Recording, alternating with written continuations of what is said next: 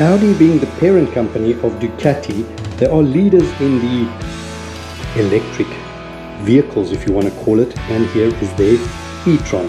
Their vision is to have this car, the e-tron, for the Gran Turismo racing. Using that technology, Ducati is developing a motor e-bike, and here it is.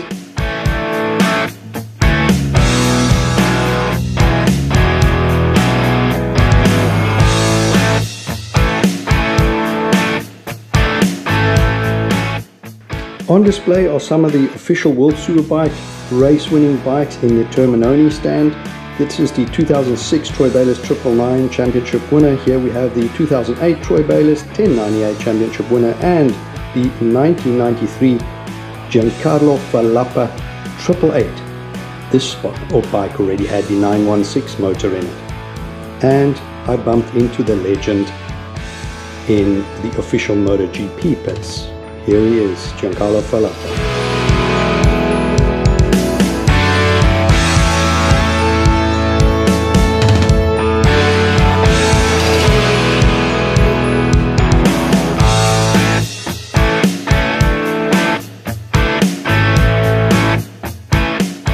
In the Ducati Owners Club Village was the Legends signing session, and that's where the legends like Regis Laconi, Chaz Davies, Troy Bayliss and Carl Fogarty came out.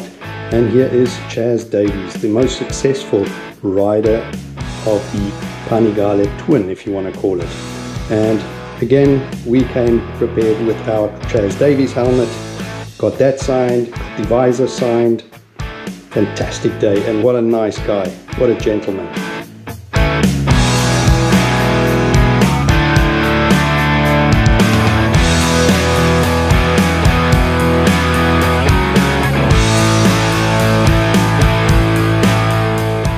Next up was Troy Bayliss, and I took off my Route 21 cap because my number 21 is the famous number Troy Bayliss raced.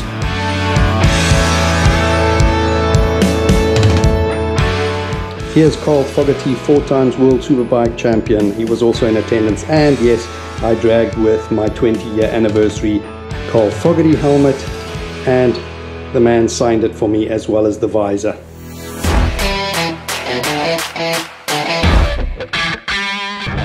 Here's the crowds gathering outside the World Superbike and MotoGP pits.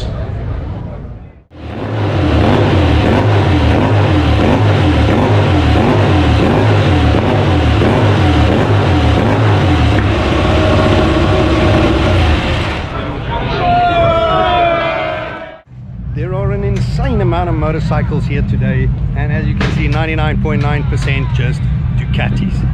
And I'm walking around and spotting gems that you actually only see in albums today. They're tucked away in private collections and they're not on the road anymore.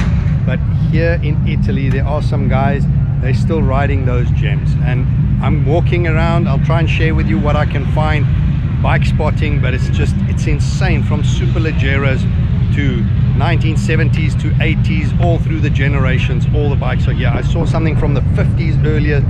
Fantastic that these things are still on the road, and what a beautiful day today, good weather, and have a look at this turnout.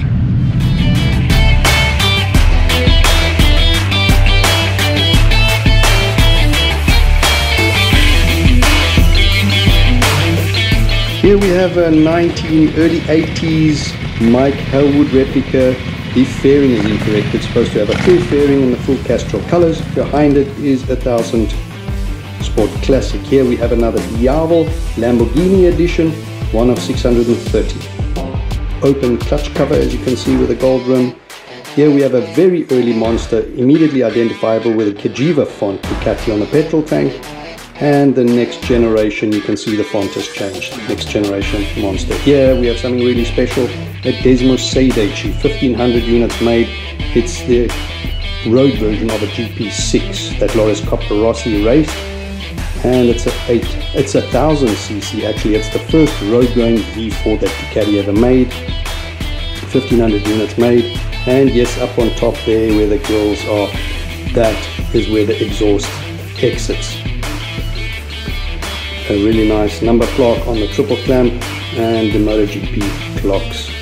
Here we have a 916, looks like an SP or SP3, but if you look really closely, something is not 100% correct. Yes, that tail section is actually a 996, so it's painted up as a 916 SP3. Here we have something really classic. This is a single bevel, really early days, and it's the round case. Makes it even earlier, and yes, the bevel drive has the glass as inspection cover.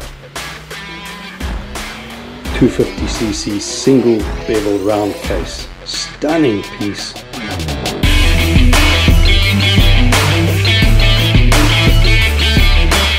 Here we have the Mike Hellwood Evoluzione 2001 Pier de Planche design, and yes, it's the first internet sold bike. Also 2,000 units made. Going along the petrol tank here, just in front of petrol cap is the number on the tank. How stunning is this bike? And the silver emulates where the Castrol green was on the original Mike Hellwood. Carbon rear wheel, a Krapovic standard, full carbon. Look at these wings, straight off Dovizioso's GP 2016. Look at this. What is this? This is a Superleggera. It's the Superleggera V4. 500 units only made. Here you got it. Superleggera, super light, Italian for that. That's the pinnacle of Ducati at the moment. Here we have a classic 2008 1098R, and that was said to be the closest thing you get to a World Superbike racer. If memory serves me right, only 401 units were built of this 1098R 2008.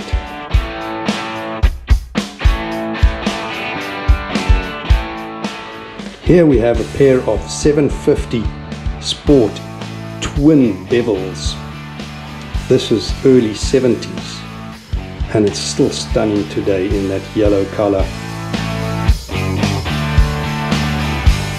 Different to the earlier one, this is the twin bevel. The earlier one we saw as a single bevel. This is the twin bevel, still the round case. Here we have the 1000 Sport Classic look-alike of the Paul Smart, just not as exclusive and not all the trick bits like suspension, front and back O-rings. Here we have a 999 of 2004 with a Fila Ducati colors, appropriate as the World Superbike raced in the day. James Toseland won in that livery on the 999R, followed by a 1098R 2008 Xerox, and that's how Troy Bayliss in that livery is how he won his World Superbike Championship. Taking a break from it all at lunchtime, we drove through to the town of Tavullia.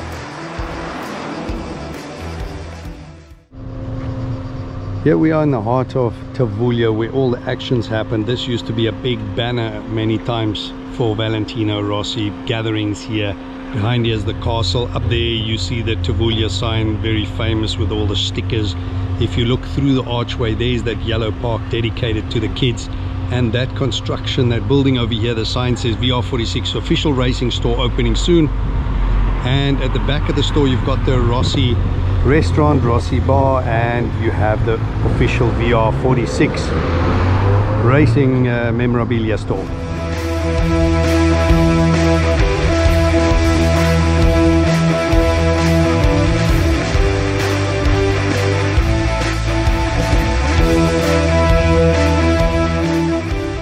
Here in the back, in Tavullia, you see you have a yellow park, Tavullia. And just walking through it, it's actually very cool milestones and history of Rossi's racing career. Here you have the chicken, Osvaldo, that he actually had as a mascot in his 250 days. Going around, everything's painted here. Kids painting for Valentino Rossi. Everything color. How cool is this?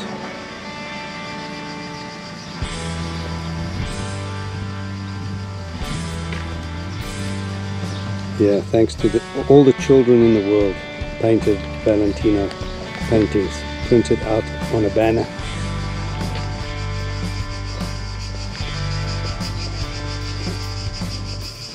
Kids playground.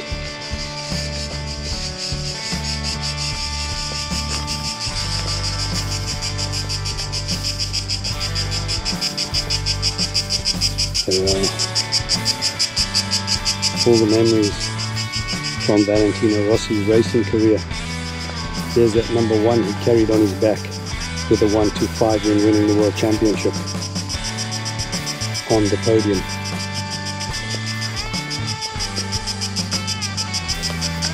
Everywhere you go in Tavullia, you either see his face or you see the name Vale or Rossi.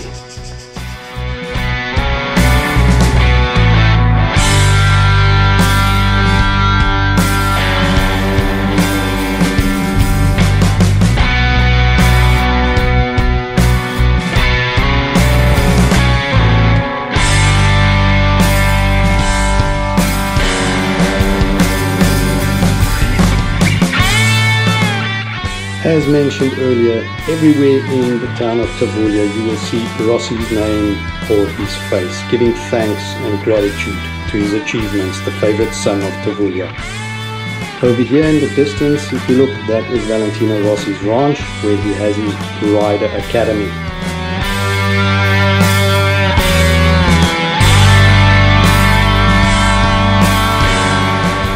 Finishing off on the mountain in a town called Gavicciamare, we went for a gelato and ice cream, and yet again the name Ducati is everywhere. Lenovo Race of Champions 2022, and what this is, these are standard Panigale V4S's. I think the exhaust looks non-standard, but other than that, all these bikes are standard V4S's and they're painted in the liveries of the teams. Here we have the Mooney VR46 team, here the Aruba IT World Superbike team. You have all the privateer teams going to the back, and what this race is all about. All the current races for Ducati around the world, from MotoGP to World Superbike to the AMA in America. All these riders go up against each other with exactly the same equipment. Here you have Pecco Bagnaia and Jack Miller's bikes.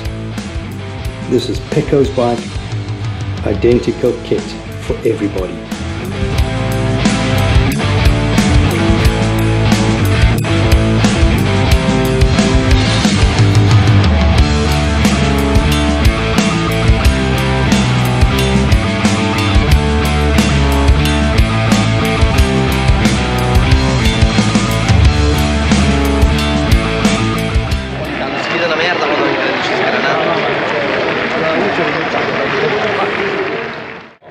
Questo è bello.